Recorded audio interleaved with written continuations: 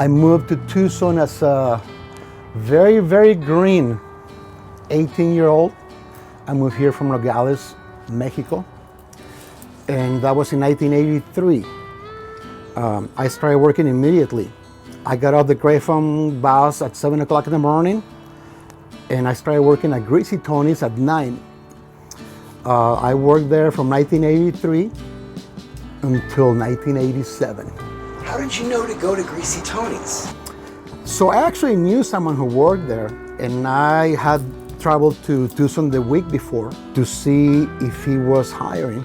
And Tony told me at the time that he wasn't hiring, but he will get in touch with me as soon as he did have an opening for me. So one night I was in Nogales. Again, I was 18 years old at the time, so I was doing things that, you do when you're a rock and roller and you're crazy and you're 18 and, you're just free. So I came home one night and my mom was waiting for me at the door, and I was really no shape to understand much of anything. But she told me, well, guess what? Greasy Tony called and you start tomorrow at 9. I already have your shit packed.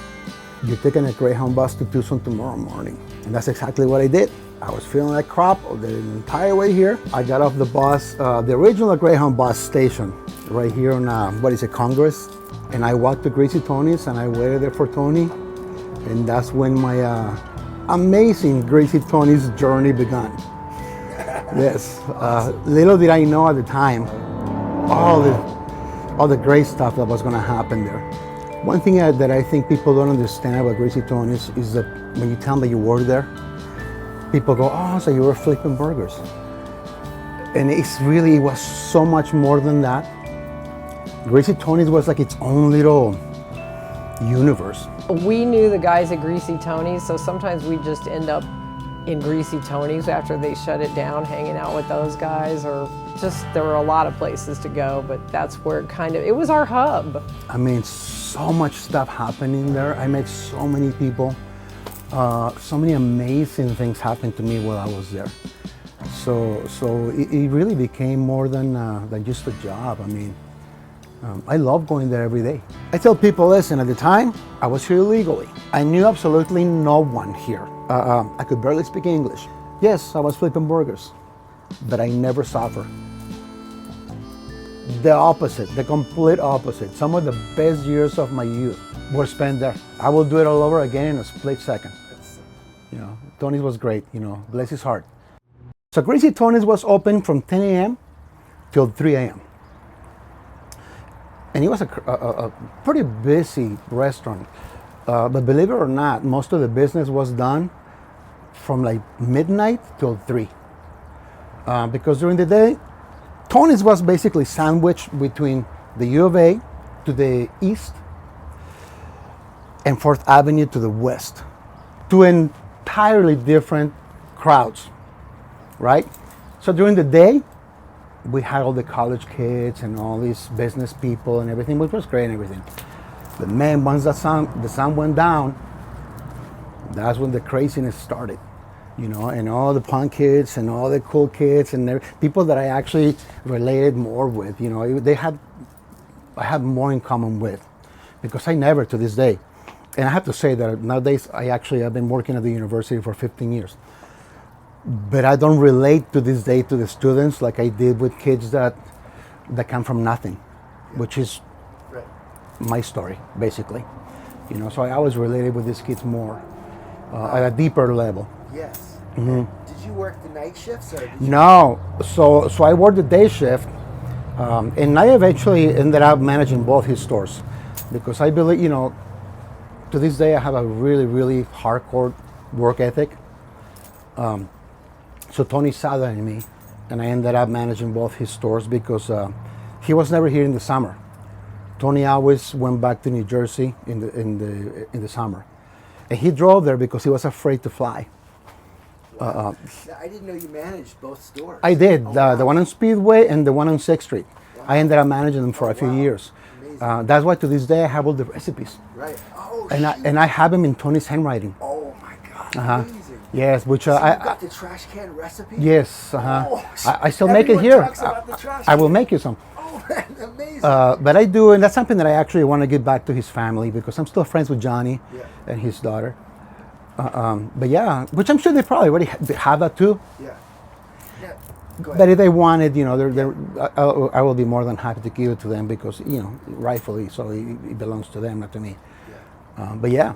So you're friends with his son still? Yes, Yeah. his and son. His daughter. Did Yes. they work at the store ever? Did they ever mostly work No, there? well, Johnny did.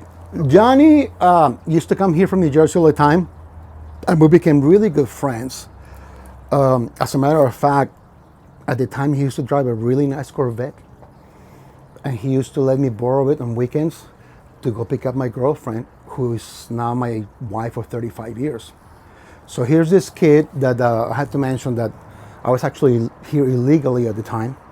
I spoke very little English, and I'm driving around on this nice Corvette, going to pick up this young girl, the young lady who, she comes from a very well-to-do family, driving Johnny's Corvette. So that was awesome. I love it. So eventually Tony opened a store in Tempe, and Johnny, that was Johnny's store. That store was open there for years too. forgot about that. Right outside ASU. So that was his store. That was Johnny's Right. store. But he used to come down here with big party buses, Right. with a keg inside the bus. He was a partier. He was a party animal, Oh, yeah, yes. okay. Uh-huh. All right. And he was a football fan, which I've never been a football fan, but he used to rent a big bus with the kegs inside and come here for the games and things like that. So yeah, Johnny was great. He still is great. He's back in New Jersey now because all the Greasy Tonys are gone now. Oh, they're all gone. They're all gone, yes. Uh-huh. Hold on 1 second. Do you have any memories of the houses next door? Like, I do. Yeah. Absolutely. I mean, the house, 818 was the 818, right which next is door. And then like 814 this is Greasy Tony's, and the house is probably where you're standing right now. It was just like a small little alleyway there that actually our delivery trucks couldn't make it through there. They had to go around Euclid because it's a very small space between Greasy Tony's and that house. And yeah, no, that house, when I said that once the sun went down and the craziness started to happen, it was mainly coming from the house. And I say craziness in the best way possible, because that house was almost like, well, it was an open door house. Anyone could come in and out of there. Anytime you went in there, there was an awesome band playing. Most of the kids that were playing there, the majority of them couldn't play an instrument, which made it even more great, because you're like, oh, hey, I'm the same way. I'm kind of, I can barely, put 3 chords together. But these guys sound amazing. And look at all the people that they're bringing in, and all these people, all of them were just beautiful, beautiful people, I always said that we were all, and I said this with the total respect, we were all a bunch of misfits that found a place where we could all hang out. We didn't really have to know each other or become friends. A lot of them, you just saw them that night, and you never saw them again because they were just passing by. I think that's really interesting, that how it was almost like this little vortex of how, like you said, once the sun went down, these certain kind of kids would find each other, would all come to this one little area right here. Yeah, and you didn't necessarily have to become friends or have known each other from before. You just knew that if you were there, you were accepted. Because every now and then you had college students that will try to come in. They never made it past the front door for whatever reason. They didn't like what they saw, or people were like, no, sorry. We'll keep walking. Because another thing that's pretty interesting about those years when I was in that area, that unfortunately I don't think it happens nowadays. Maybe it does, I don't know. But back then, because I had to backtrack a little here and say that I lived not even a half a block from Greasy Tony's, that's where I lived. But nobody at Tony's knew that I lived there because I kept that a secret. The entire time nobody knew that I lived there. But anyway, back then, 7 days a week, you could leave your house and walk in any direction, and you will find a party. And they will let you in. And you knew you were safe. You could party all night, meet people, do all kinds of crazy things, and make it home without a worry in the world. I mean, it was just it was magical. What was that? It's so interesting. It was just It's so like, cool. It really, I don't really think You know? that exists anymore. Yeah, and I don't want to say that all college kids were bad, because a lot of them were really good kids. They just came from a different background, different situation, and you found these type of kids at those parties, and they were cool. You know, they were good kids, but they were nothing like the kids from that house.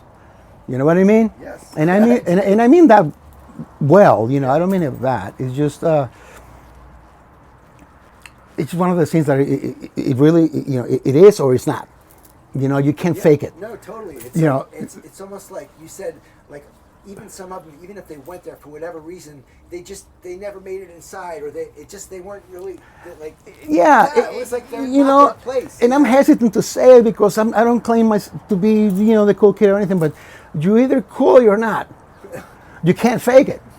You know, and these kids at that house, dude, they could smell you a mile away. Yeah. I mean, these kids knew. Right. You know, they knew. They were like, oh. You know, yeah. because you wear your scars. You know, when you come from nothing, and you meet someone who also comes from nothing, there's no words needed. You know what I mean? You just know because you wear it. You kind of like, it's hard to explain to me, but No, you wear it. You know, it's a vibe. You know. So many people I've talked to have said the same, like that they basically came from, you know, like nothing, or they were like runaways, or like they just ended up at those houses, those two houses. Yeah, and you understand each other without saying a word. Yeah. Was there any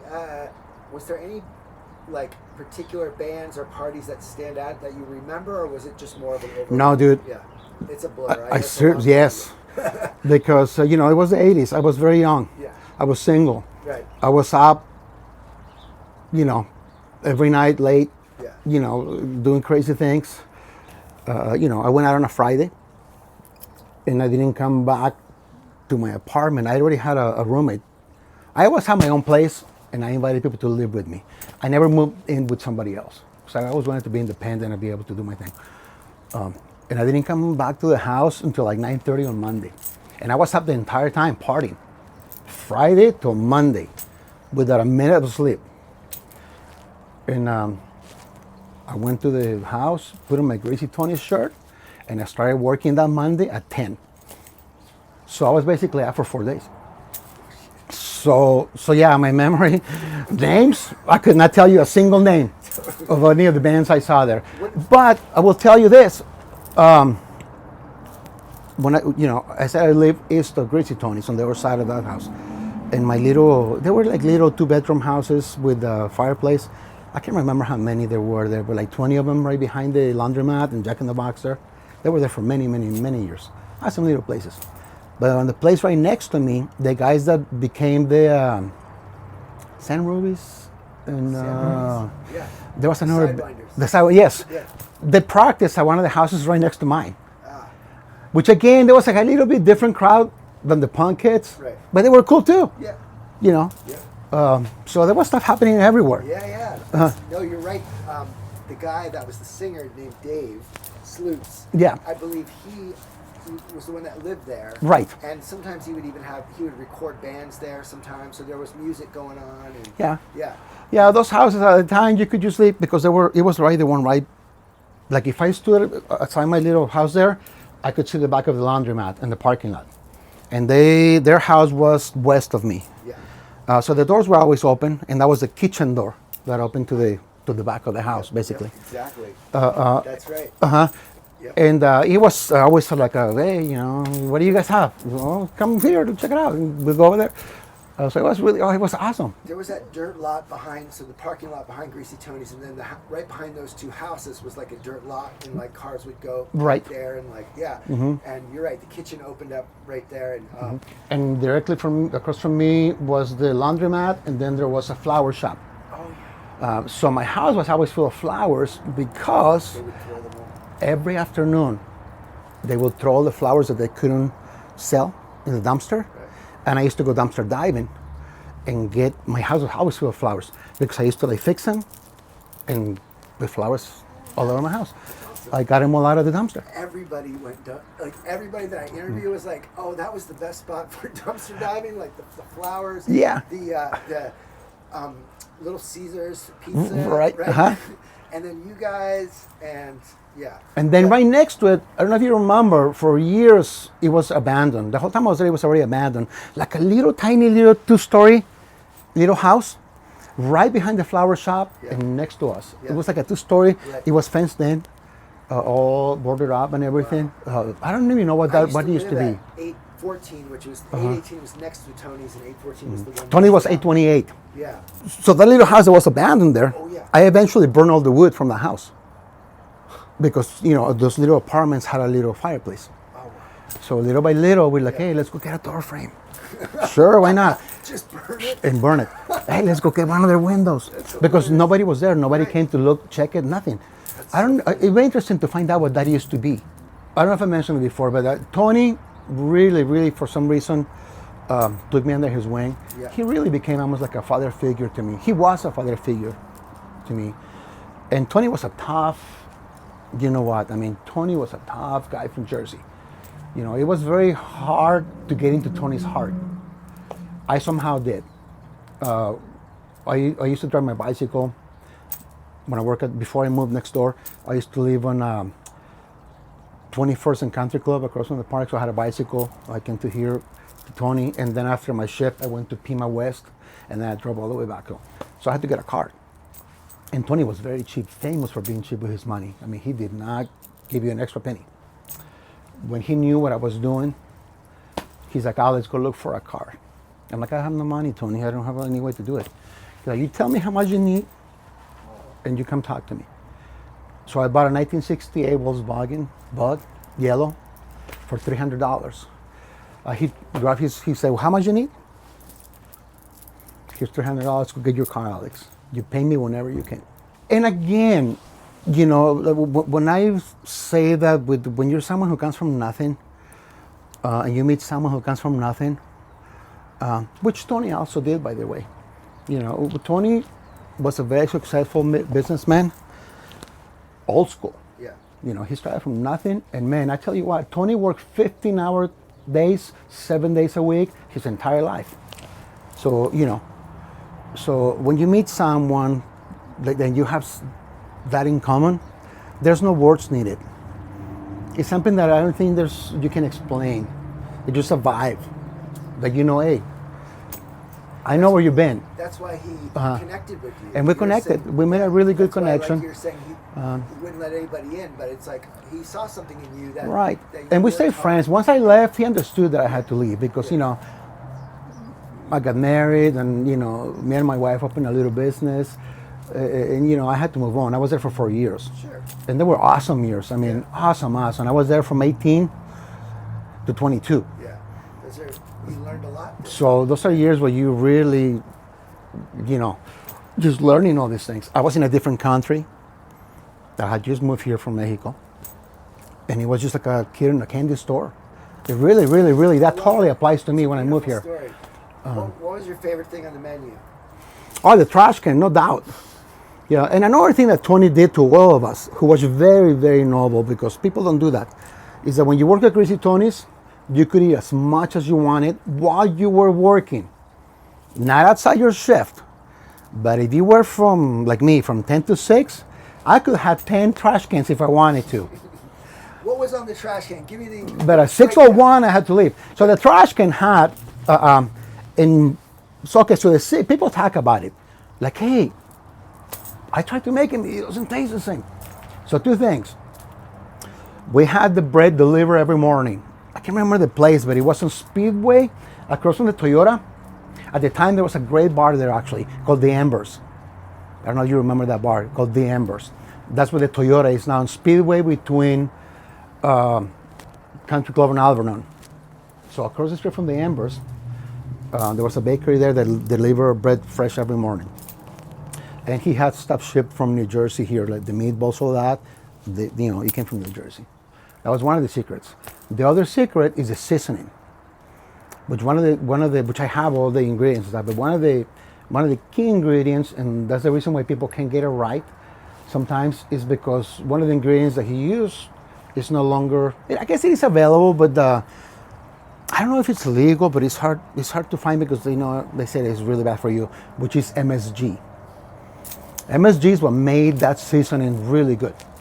So for real, for sure. With other things too, but the MSG was like a key ingredient. And the trash can was the steak cut very, very thin. And then you have your cheese. It's nothing that crazy.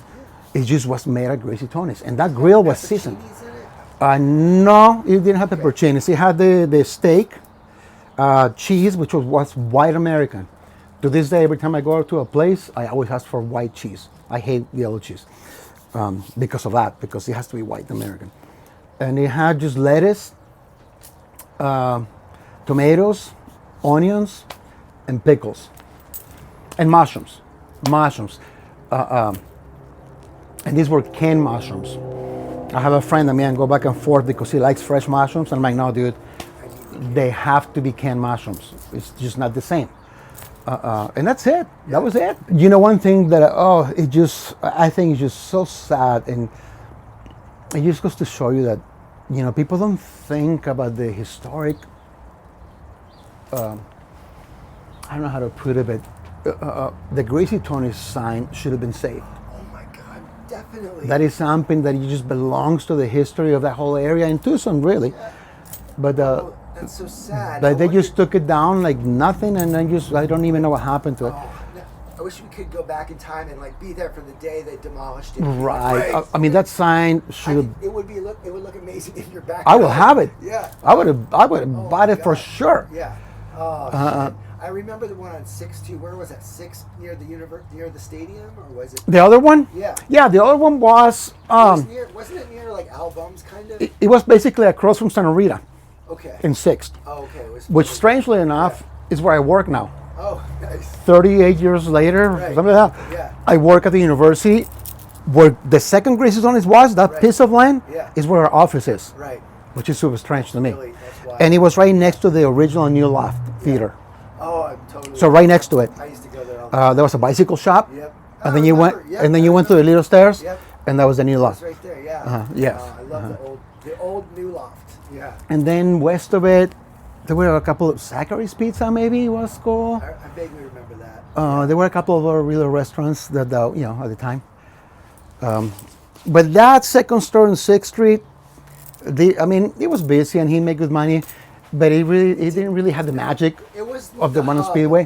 The other place was a hub for action.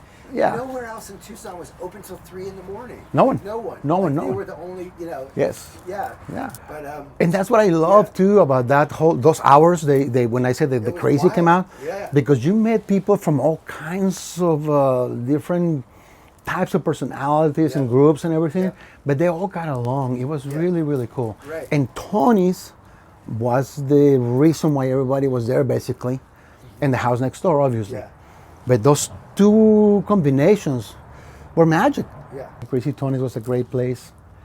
The people it was like a magnet. The house and Tony's, the people that those two places attract, no other place could have done that.